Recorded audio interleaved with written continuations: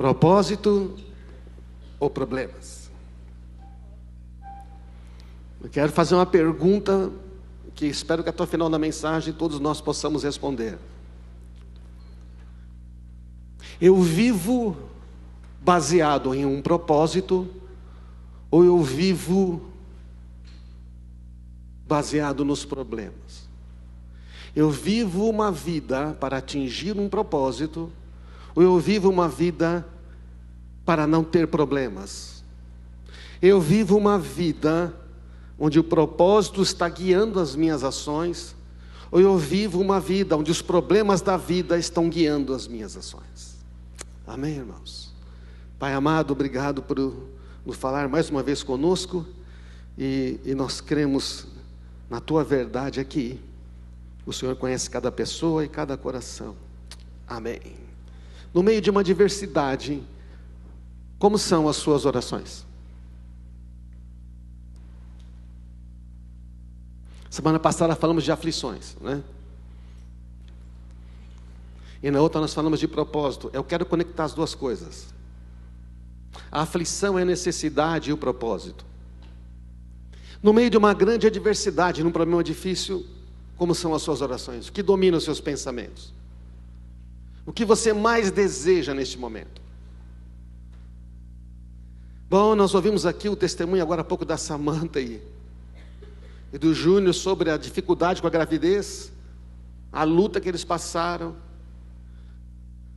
Quantas vezes mandaram ela de volta para casa, com sangramento no hospital, a máquina está quebrada. Sinto muito aí, se vira você. É terrível que a gente tenha isso no nosso país, gente. Não é verdade? E ela foi atrás e correu e tudo. Só que ela falou uma coisa, eu fiquei impressionado de ouvir como é que eles resolveram orar. Deus deu uma palavra para eles: em tudo dai graças, porque esta é a vontade de Deus. Uma vez nós pregamos aqui que Deus chega antes, certo ou não? Ele sempre chega antes, Ele sempre está um passo antes, Ele sempre te avisa antes. Vai ter uma tribulação aí, eu estou com você. Presta atenção nisso, hein? E às vezes Deus nos livra do problema, às vezes não. Às vezes Ele nos permite passar na aflição, porque Ele está lá e alguma coisa poderosa vai acontecer. E apesar de todas as dificuldades, eles tomaram uma decisão, fizeram uma escolha. Nós vamos orar a mensagem que Deus nos deu, nós vamos orar a palavra que Ele nos entregou. Ele falou que íamos ter uma família, Ele falou que nós teríamos filhos. Eu vou ficar com isto. E a coisa só fica pior. Interessante que nós falamos isso semana passada. Quando você ora e parece ter aí fica pior. É quando você acha que vai resolver, fica pior. E então ela tem que passar por essa cirurgia de remover a trompa, que tinha gravidez ectópica, e depois fica pior, porque parece que tem o ovário com cisto, e agora que não vai ter. Então Deus faz o seguinte: eu sempre vou cumprir a minha promessa, pode ter o problema que for, está aqui, o bebê está aí. Amém, irmãos? Mas eles fizeram uma escolha de permanecer crendo no meio da tribulação. Eu acho que o testemunho que o Senhor permitiu a gente ouvir hoje deles coloca muito em foco. Mas como é que a gente ora? Eles podiam ter orado diferente, eles não podiam? Então, dizendo, por que eu? Já fiz essa oração? Por que eu? Eu faço tudo certo. O Senhor me deu uma palavra.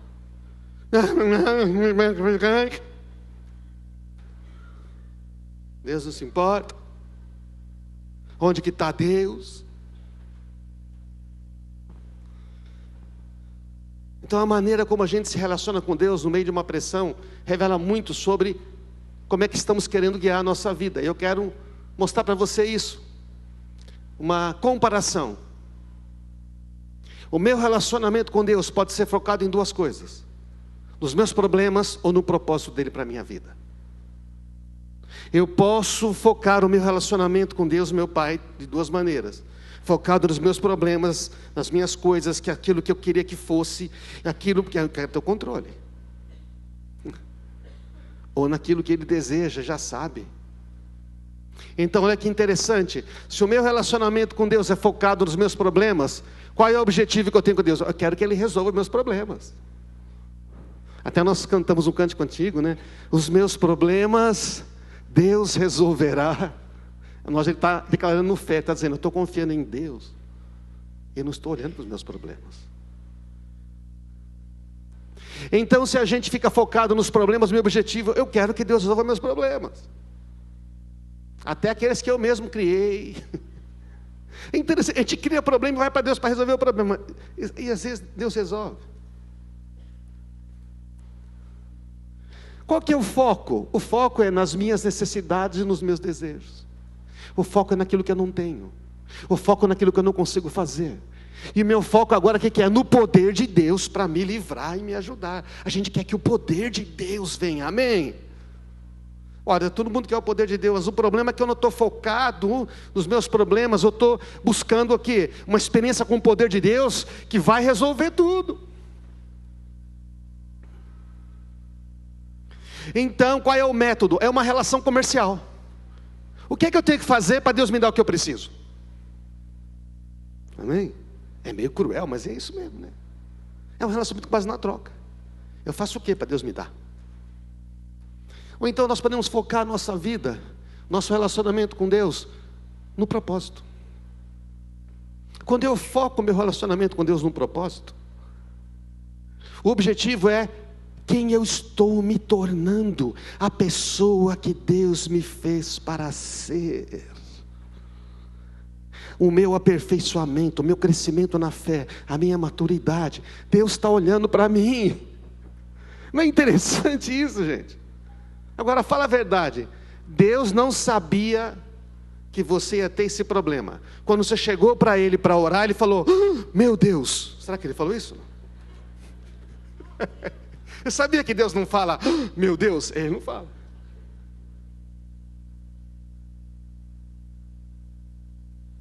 E qual é o foco quando a gente tem como objetivo viver pelo propósito? O foco é em quem eu estou me tornando. O foco está na vontade de Deus. E foco está no que Deus já me deu, não no que eu não tenho. No que Deus pode fazer, não o que eu posso fazer. O foco está em quem Ele é e, portanto, em quem eu sou. Porque se Ele é Deus e eu sou filho de Deus, isto é muito maior que qualquer problema, amém, irmãos? Então nós temos essa comparação aqui. De um lado nós temos um relacionamento de pai e filho, um relacionamento paternal, fraternal, de irmãos, com Jesus, de amor. Não paternalismo, Deus não está lá para resolver todos os problemas. É de pai, Deus está lá para nos mostrar, ensinar a viver como verdadeiros filhos, príncipes do seu reino, e não como escravos, que toda hora, porque escravo só toda hora está atrás de um problema que ele tem que resolver. E do outro lado, quando você vive pelos problemas, vive apenas com base no que não tem, no que não conseguiu, do que não é, do que nunca vai chegar. Você tá pleiteando um relacionamento comercial com Deus, uma troca. Você quer que Deus faça alguma coisa. Por que Deus não faz aquilo que eu preciso? O que eu tenho que fazer? E o diabo se concentra, porque o diabo, o inventor do comércio, segundo a Bíblia, esse comércio maligno, que faz o quê? Se você não fizer alguma coisa, Deus não pode fazer a dele. É lógico que se você não crer na palavra de Deus, não se entregar a Ele, não é? Mas Ele não fala dessa maneira, fala não? Não. Então existe basicamente esses dois focos. Então o diabo, o tentador, o que é o tentador? Nós temos um inimigo espiritual. Não adianta, esse mundo é espiritual.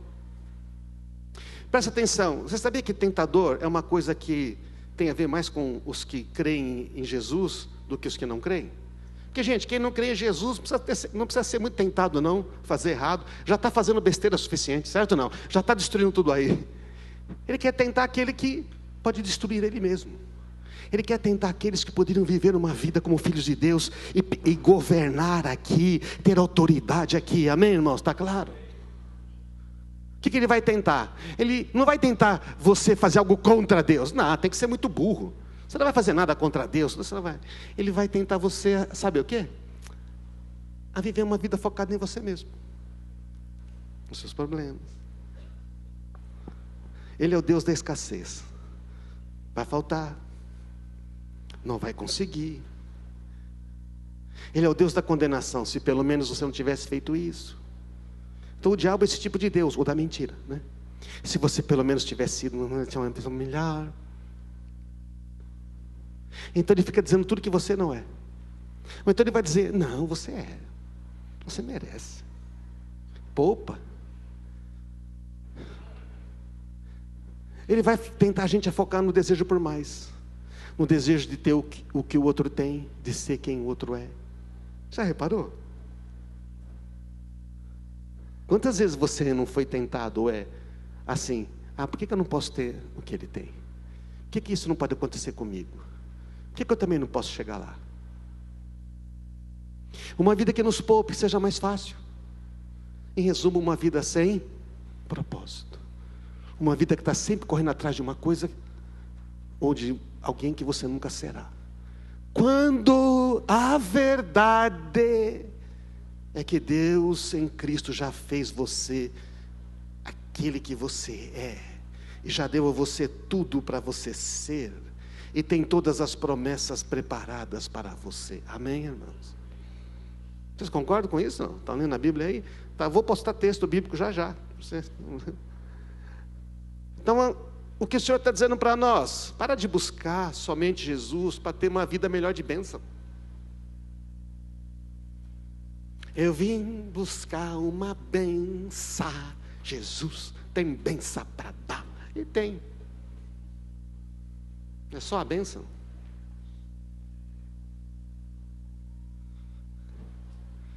Nós cantamos aqui o quê? Que tudo é para Ele. Que Ele é o dono da minha vida. Até cantamos ontem no Atmosfera. Foi bom a Atmosfera ontem, né, gente? Quando estava aqui? Nossa, foi bom. Tem aquela por Ele. Como é que é? Tá gastando por Ele estou gastando. Eu não vou cantar porque pode causar frisson, como sempre digo. Por Ele. E é Ele que eu estou gastando a minha vida. Perdendo tudo. Por amor. Mas com alegria. Aquele que renuncia por mim tudo, receberá nesta vida, com perseguições, com pressões, com aflições, 100 vezes mais. Mas tem que renunciar por Ele. Sem renúncia, sem multiplicação. Jesus é muito mais que um resolvedor de problemas, que um distribuidor de bênção. E a gente foi criado para algo muito maior que viver para nós mesmos. Amém, irmãos?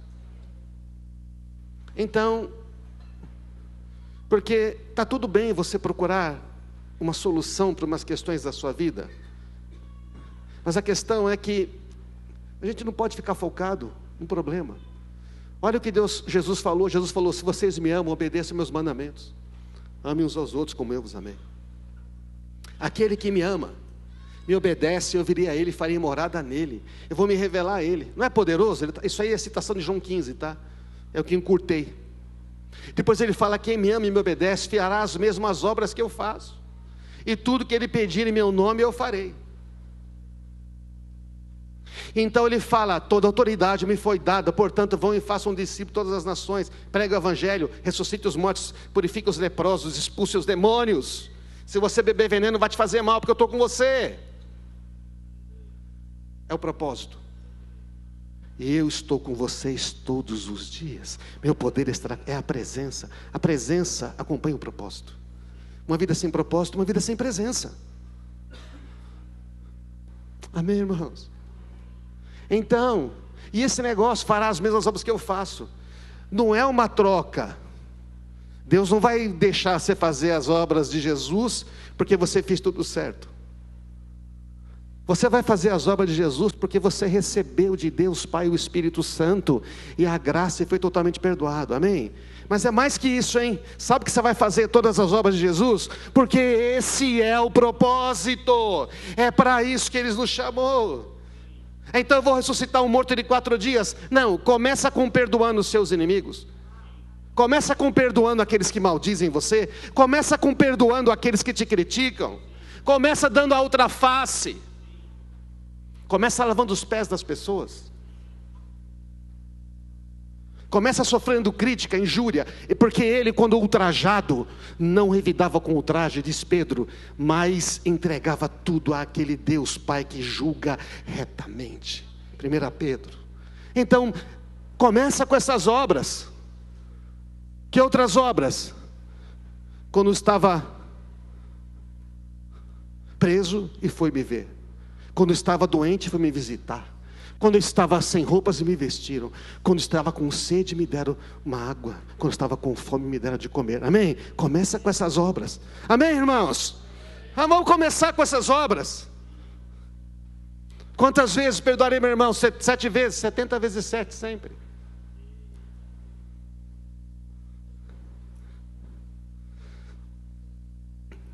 Começa com a obediência. Então, essas mesmas obras de Jesus. Pai, seja feita a tua vontade.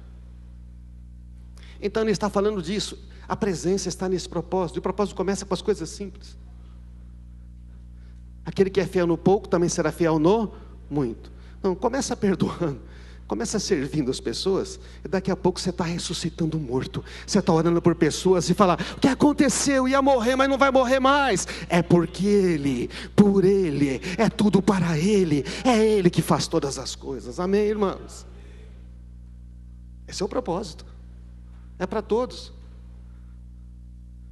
Mas aí, então Jesus nos promete a sua presença, o seu poder conosco, se ousarmos cumprir com o propósito que Ele nos deu. Está claro até aqui? Então tá. Agora, vamos ler Mateus 4. Interessante que Deus me deu, estava me falando sobre isso aí, eu pedi para uns amigos compartilharem, né, algumas coisas comigo essa semana. Eles compartilharam muitas coisas semelhantes. Um até mandou esse mesmo texto, 2 referenciaram esse mesmo texto. Falei: obrigado, Jesus. Obrigado aos meus amigos aí do nosso grupo aí. Em seguida, Jesus foi conduzido pelo Espírito ao deserto. Quem conduziu Jesus? O Espírito Santo. Depois de passar 40 dias e 40 noites sem comer, teve fome. São os espias, 40 dias espiando. É legal, né? Um monte de analogias. Sabe o que Deus manda você para o deserto? Porque depois tem a terra prometida. Ele nunca vai mandar você para um deserto. Ele está dizendo que você olhe e fala: eu quero que você lá veja o que eu vou fazer. Ele te manda para o deserto para você vencer, aprender a vencer as tentações que podem tirar você do propósito dele te levar até aquele lugar que Ele já preparou. Amém, irmãos? Tem deserto, você para ainda feliz, está no deserto. Por quê? Deus mandou, e aí? Você não sabe o que vai ter depois.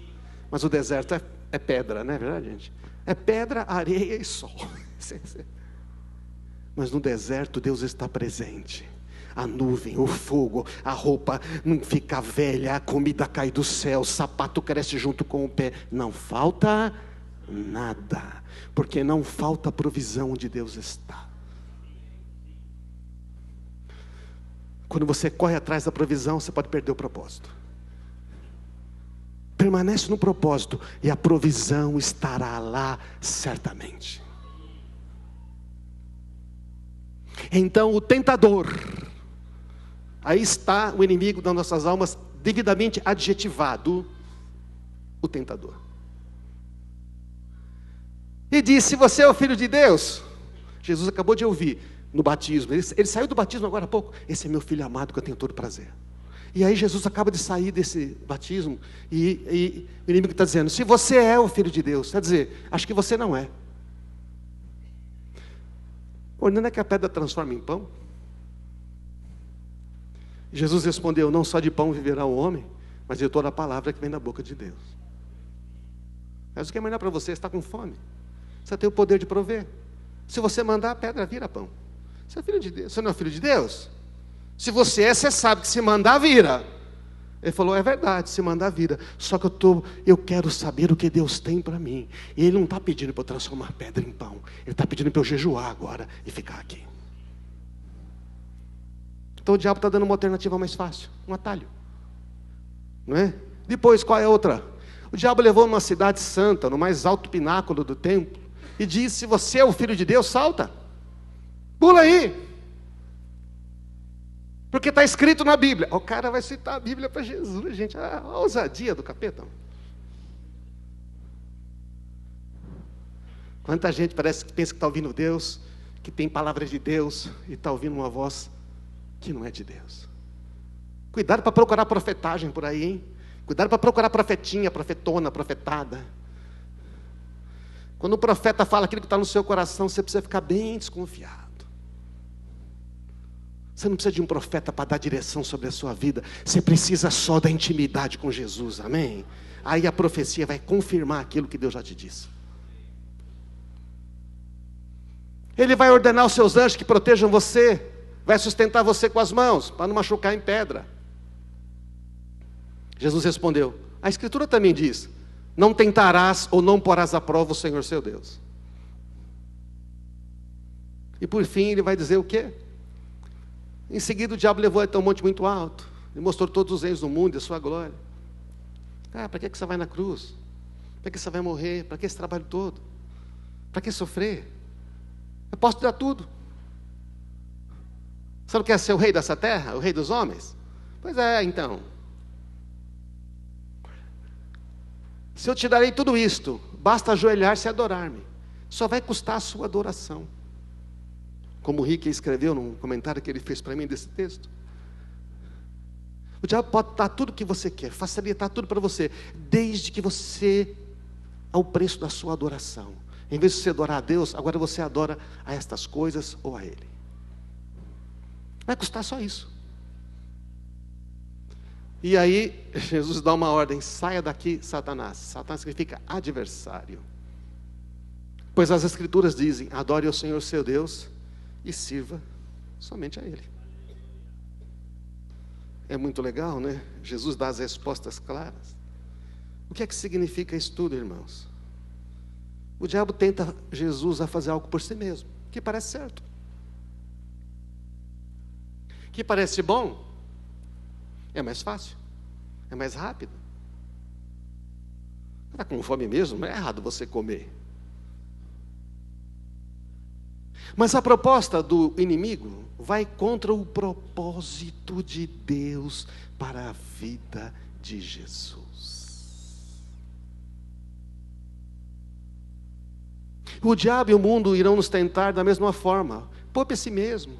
Pense em você. Lembra de Pedro? Jesus falou, o Filho do Homem vai morrer. Ele vai ser crucificado. Aí o Pedro chega e fala assim, que isso, Jesus? Tem pena de ti mesmo? Isso não vai te acontecer? Para com esses negócios. Qual foi a resposta de Jesus para o Pedro nessa hora? Para trás, diabo. Chamou Pedro de Satanás. Você está dizendo, essa ideia não veio de você não, Pedro.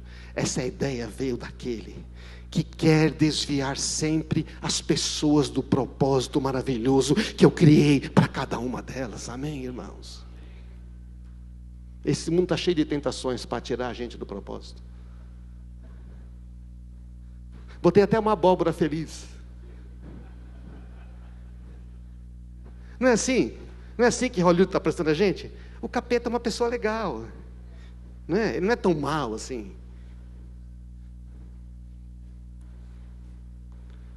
O diabo aparece para resolver o problema de Jesus, reparou? Você tem um problema? Tcharam! Serviços especiais, serviço de atendimento total às necessidades. Serviço de atendimento total às necessidades. Satã. É a sigla. Legal, né? Serviço de atendimento total às necessidades. Estamos aqui, o que você precisa? A gente consegue, lógico. Só dá um pequeno detalhe aqui, mas a gente consegue. Se você tem um problema grave para resolver, algo que te incomoda, o tentador vai aparecer oferecendo uma solução que parece ideal, mas que vai afastar você do propósito que Deus tem para a sua vida. Pode ser uma coisa lícita, não é uma coisa errada, não vai dizer, pode ser uma coisa lícita. Pode parecer bom. Um negócio, uma oportunidade, um lance de dinheiro.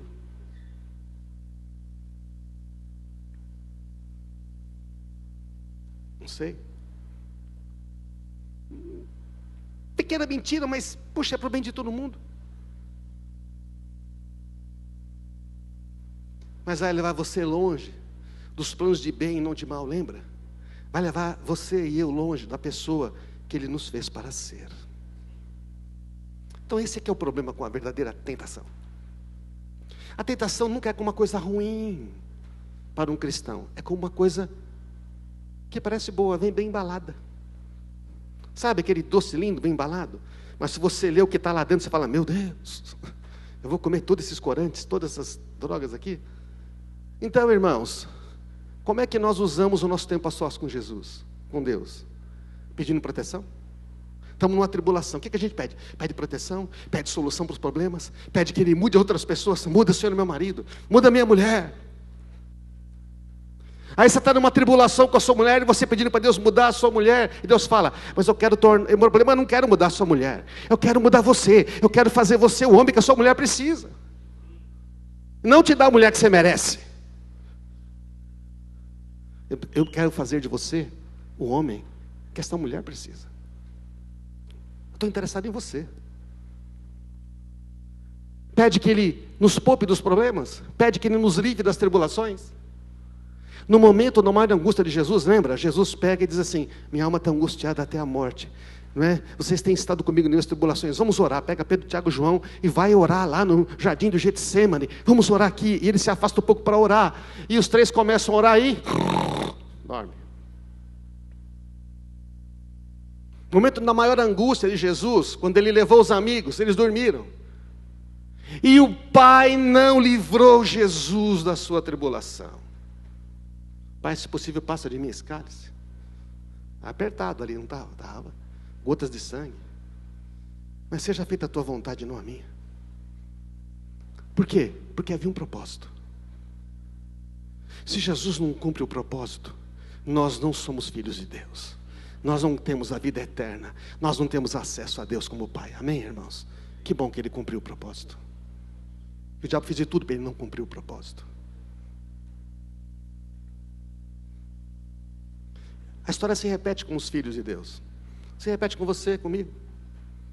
Tem uma vida melhor esperando. Então há um propósito. Lembra depois, Jesus sai do jardim. Vem toda aquela turba prender ele. Lembra da cena? Vem todo mundo prender ele. E o Pedro pega, tira a espada, corta a orelha do Malco. E Jesus vai lá, pega, bota a orelha de volta. E fala assim, vocês não acham que se eu quisesse, eu não podia pedir para o meu Pai, Ele mandaria aqui milhares de anjos para me livrar? Mas eu vou dizer o que? Me livra dessa hora? Não posso, pois para isto é que eu vim. Propósito, eu sei o meu propósito. Jesus podia pegar o caminho fácil. Ele falou que o Pai ia ouvir, hein? Mas Ele falou, eu vou cumprir com o propósito. Porque depois que eu cumpri o propósito, há uma grande alegria inimaginável reservada para mim e para muitas pessoas. Porque está escrito, porque pela alegria que estava proposta, Ele suportou a cruz, diz o texto de Isaías. Então, irmãos, quando estamos numa luta muito grande, o que é que nós mais queremos da parte de Deus? Um poder que nos liberte? Ou uma revelação que nos fortalece? Sabe o que os nossos amigos ali que deram testemunho procuraram?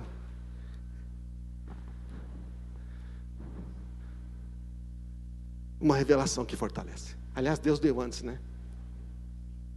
Você está entendendo?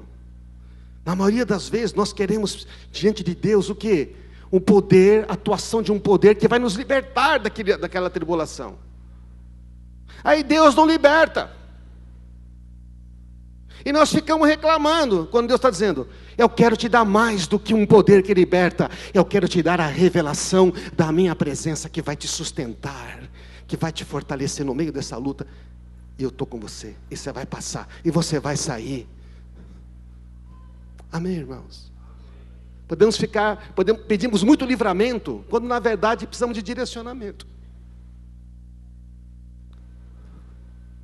Eu achei interessante o testemunho dos nossos amigos, porque Deus deu para vocês o quê? Direcionamento. Foi guiando, fecha uma porta, põe lá, foi dando direcionamento, e vocês ficaram na palavra, Ele foi guiando.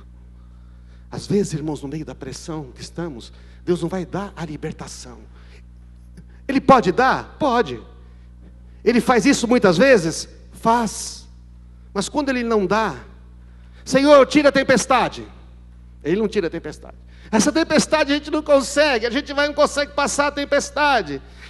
E agora o que vai acontecer? Senhor, para com a tempestade, não sei o que. E a tempestade não para, fica pior. Aí aparece Jesus andando sobre as águas. Não é isso não? No meio da tempestade. O que os discípulos falam? É um fantasma. Porque eles não imaginam que Jesus vai vir assim. Eles não acham que Jesus pode andar sobre as águas, né? Eles não acham que Jesus pode fazer. Eles acham que não. Sem uma revelação que nos fortalece. Presta atenção, irmãos. Nós vemos Jesus como um fantasma no meio da tribulação. A gente não acha que é Ele. A gente acha que Ele não está lá. Estão aí não? Percebe não? Não reconhecemos. Jamais imaginamos que Ele vai poder andar sobre as águas, que Ele vai dar ordem para o vento. Por quê? Porque a gente chega para Deus orando e diz para Deus como Ele tem que nos livrar. Faz isso, depois o Senhor faz isso, faz isso. A gente costuma dar instruções para Deus na oração. Ele está dizendo, ei, eu estou com você. Eu é que tenho que dar instrução para você. Me pergunta que eu vou dar orientação, porque eu te amo, eu vou guiar você. Isto aí você vai vencer, porque eu estou com você. Amém, irmãos? Foi o que Deus fez com nossos irmãos aqui. Jesus vem para entrar no barco. Jesus vem para estar conosco. E quando Ele está conosco, a gente já sabe o final da história. Qual é o final da história? O barco vai chegar. Diga, o barco vai chegar. O barco vai chegar. Porque Ele está lá. Jesus podia fazer o barco voar pelo meio da tempestade, não podia? Acho que se Ele fizesse, acho que ia assustar demais os discípulos. Ele podia fazer, quer saber, não vou tirar a tempestade não. Vamos voar por meio dela? Vamos para cima mais alto? Vamos para cima da tempestade? Olha, tudo tão calmo.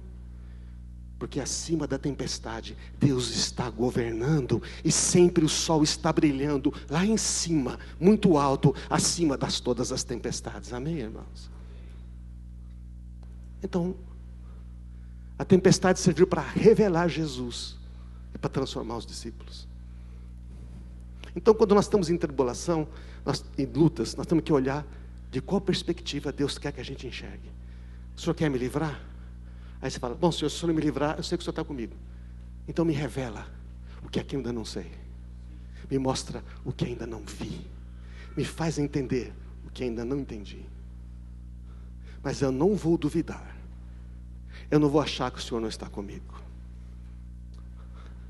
Ainda estamos focados no propósito, não no problema. Amém, irmãos? O momento que Ele está mais presente é durante as nossas aflições. Pode subir a banda aqui. Ele nunca nos deixa.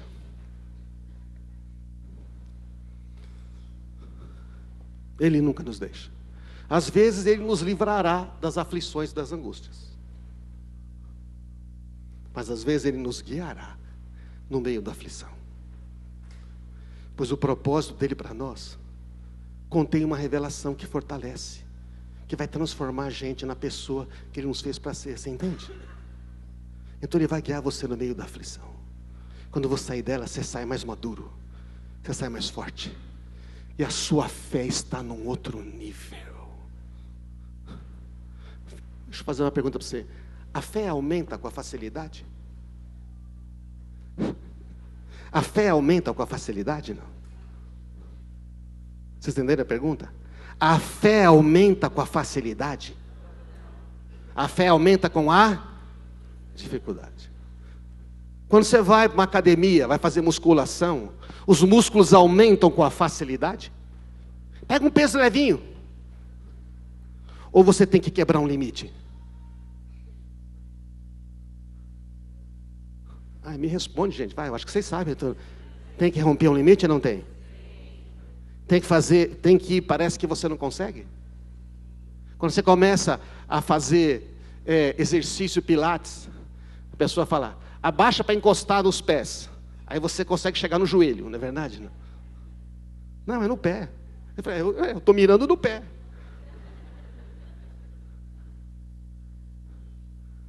Só que você vai ter que romper esse limite.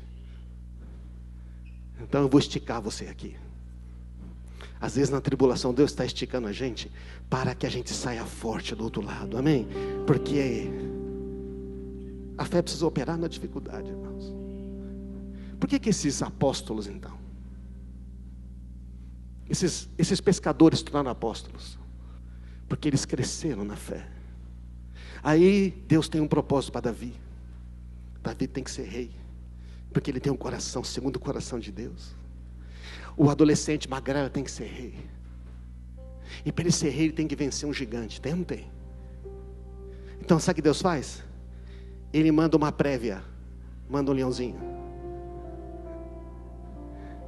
Ele manda uma tribulação do tipo leão. Ele vence o leão. Depois ele manda uma tribulação do tipo urso. E ele vence o urso. E quando ele olha o gigante, ele lembra do leão, ele lembra do urso e fala: eu já sei o que vai acontecer. Quem é você? Você está indo contra o Deus vivo, mano. É pior, porque estava indo com as minhas ovelhas, tá vendo? Mas agora você está indo contra o Deus vivo.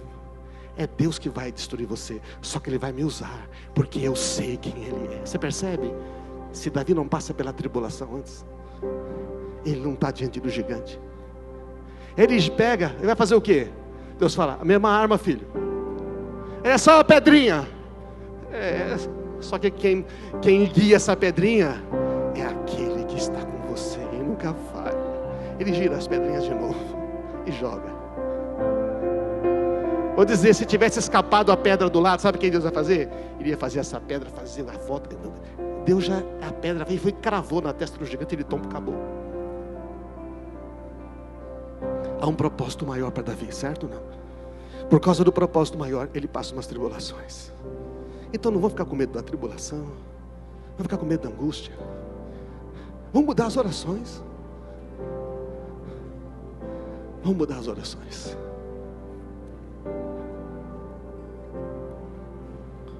A gente fica muito orando assim: Deus, dá a esposa que eu quero. Senhor, dá o trabalho que eu mereço. Senhor, dá a igreja que é boa para mim. Senhor, dá o quê? Os filhos que eu mereço esses filhos. Senhor, dá os amigos que eu mereço. Dá os amigos que eu desejo. É o foco no problema. Aí Deus fala para você assim: deixa eu dizer uma coisa, filho. Eu quero transformar você na pessoa que seus amigos precisam, até aqueles que às vezes não te dão atenção. Eu quero transformar você no marido, no pai que a sua família precisa. Eu quero transformar você na pessoa que aquela igreja precisa. Eu quero transformar você em quem eu chamei você para ser. Amém, irmãos? Então o convite de hoje é para olhar e dizer: Senhor, eu quero viver pelo propósito.